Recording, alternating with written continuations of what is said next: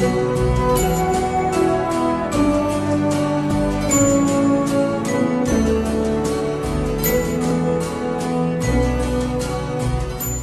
tarde, mais uma vez aqui no quadro Almoce Conosco, do Tendências Negócios, no restaurante Latambu, no Espaço Comida do Parque Shopping, recebendo hoje os convidados, né?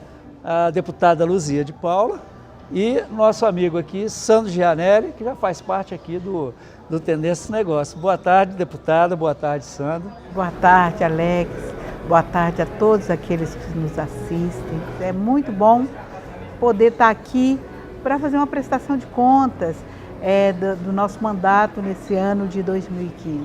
E, deputada, em tempo de crise, né? Nós estamos falando de uma crise nacional e uma crise aqui no próprio Distrito Federal, uma crise econômica, uma crise financeira, uma crise política, e a senhora parece que arregaça realmente as mangas e trabalha, né? Porque independente de crise, nós estamos vendo aí um trabalho maravilhoso da senhora, né? Infelizmente, como você bem colocou, a crise ela é do Distrito Federal, é do Brasil, é uma crise mundial.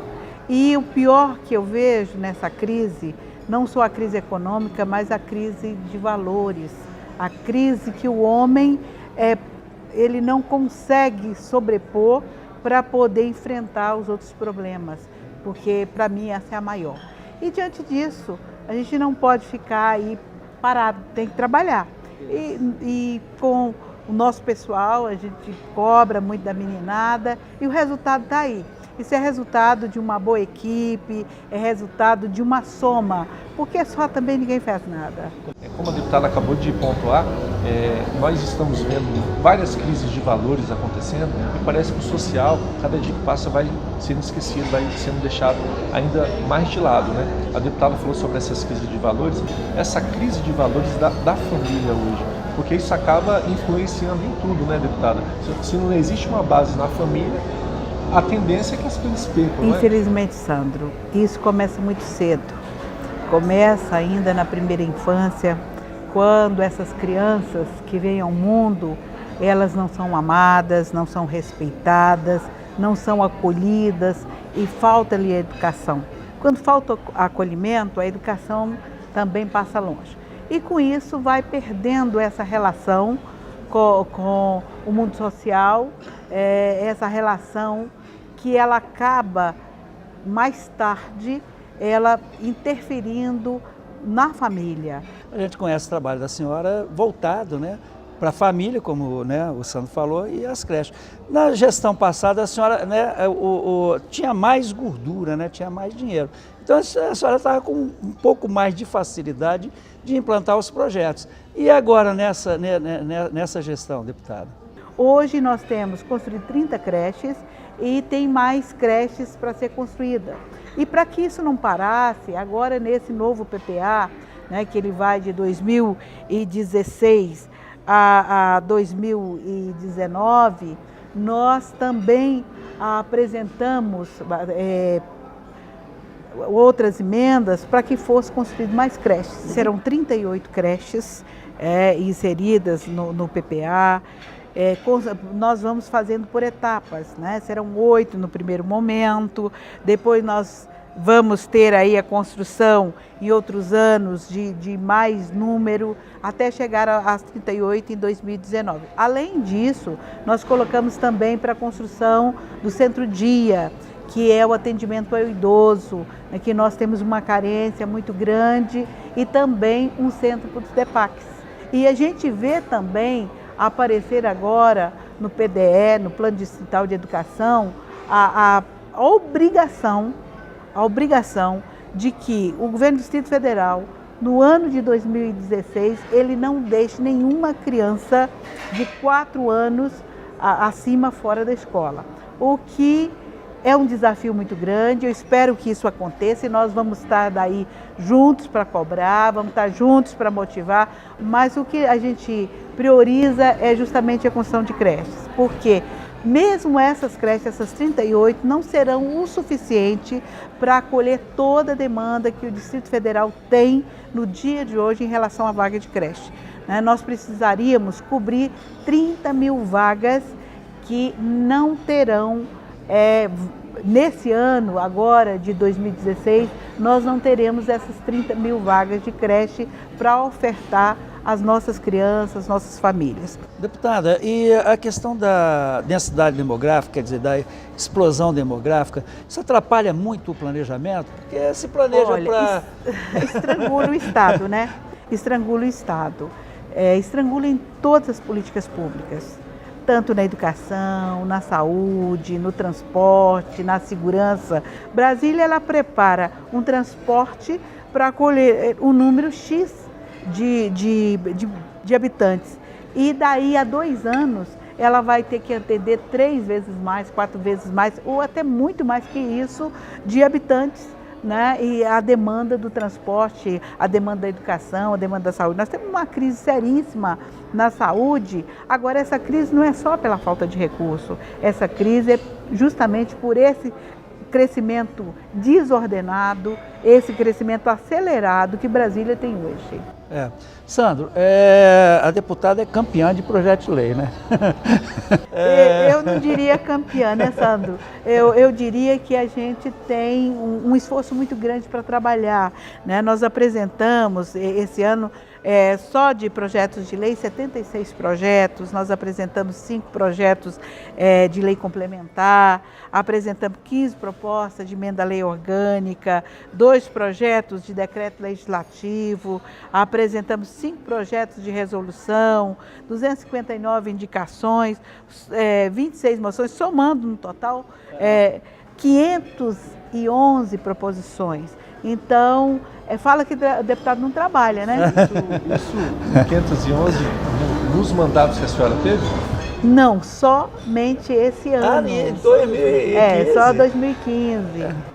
Foi o resultado do nosso trabalho. Isso sem contar pela quantidade de matérias que passou pela nossa comissão, porque eu sou presidente da Comissão de Assuntos Sociais e quero ter uma oportunidade também de fazer essa prestação de contas, onde nós tivemos um número significativo de proposições que passaram, que foram aprovadas e que foram acolhidas na comissão. Então, costumo dizer que deputado não trabalha, né? Mas isso aí é osso do ofício, nós aceitamos esse desafio, mas é a cultura que é passada e é necessário que a própria Câmara Legislativa, e ela está fazendo isso, né?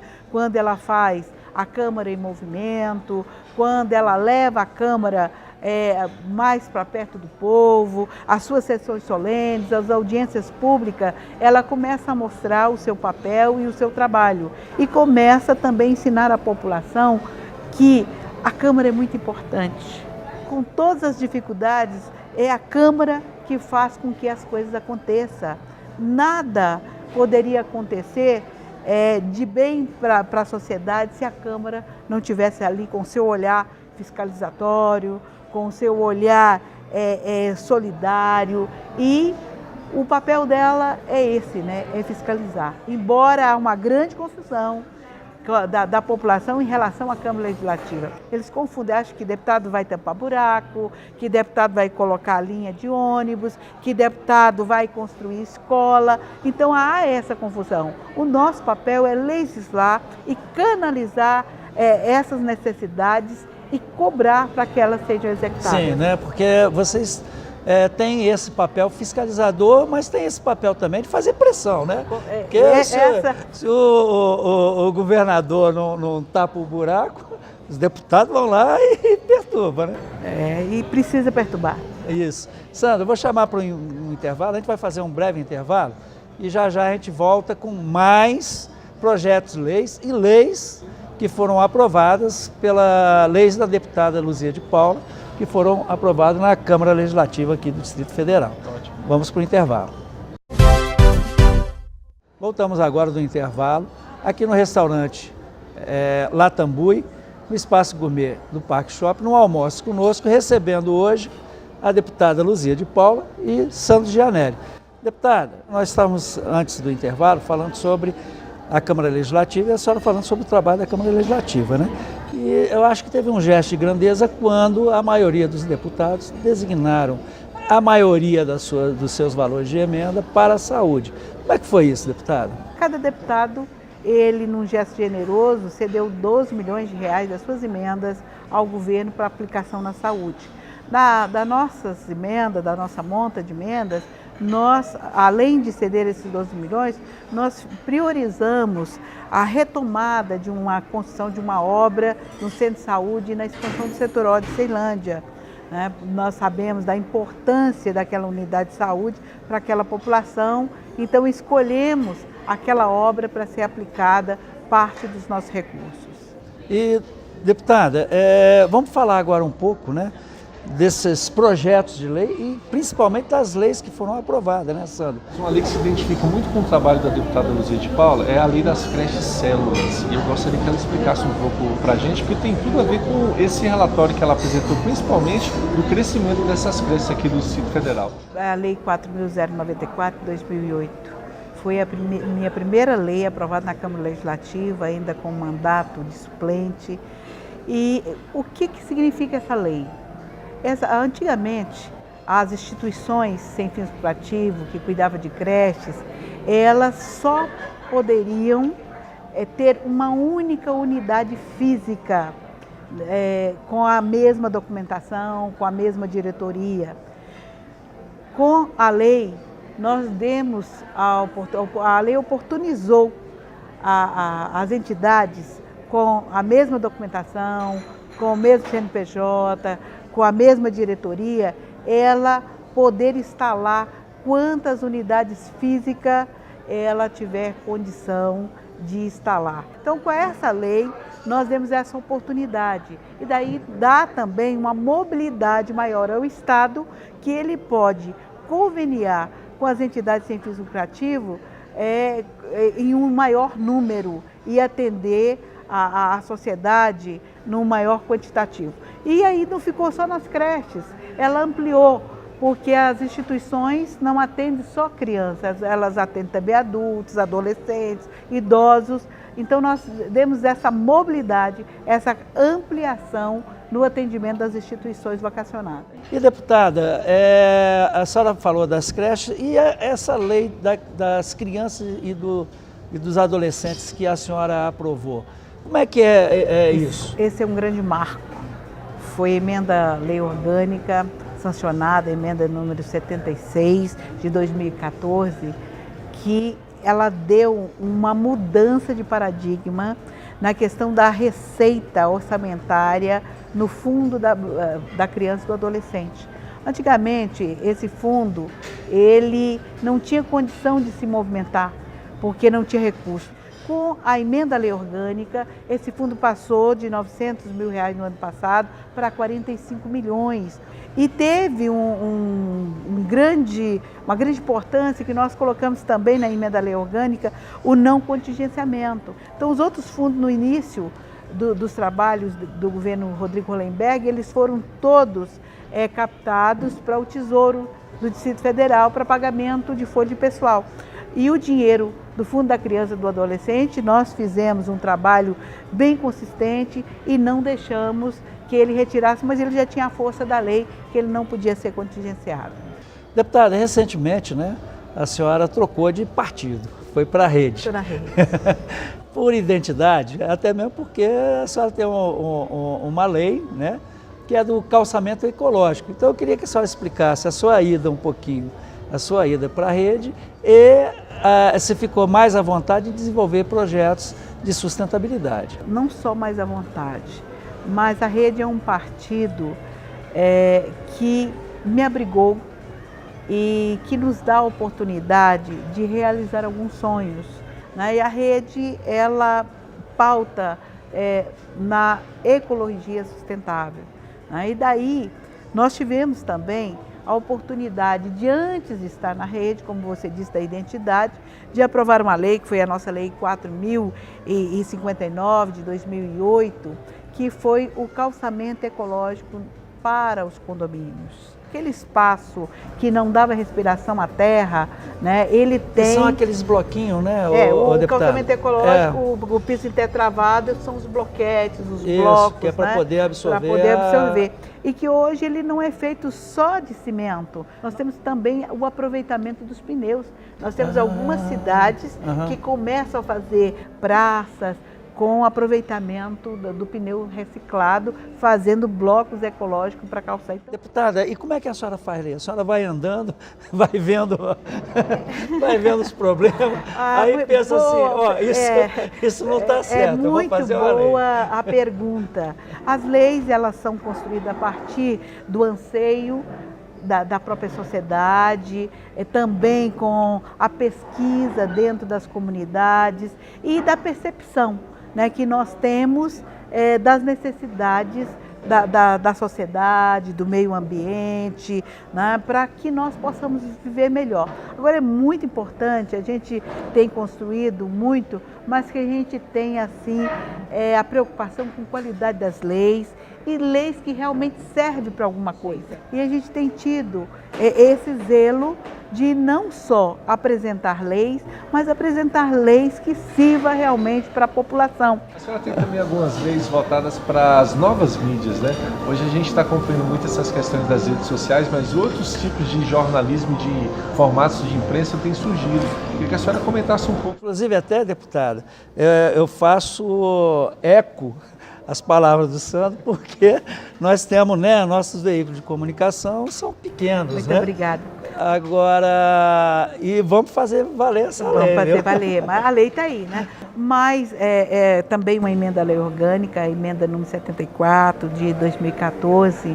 Até bem pouco tempo, nós tínhamos, e isso se nós voltarmos ao tempo, vocês vão ver que 2 décadas atrás, a mídia de internet ela era inexistente. E então não havia nenhuma necessidade de cobertura do Estado para apoiar esses profissionais. Isso sem contar com a contribuição social, porque tanto a mídia de internet quanto a mídia alternativa, como era chamada até bem pouco tempo, quando nós apresentamos o projeto, elas prestam um serviço muito mais rápido, muito mais eficaz à população e chega onde a grande mídia não chega.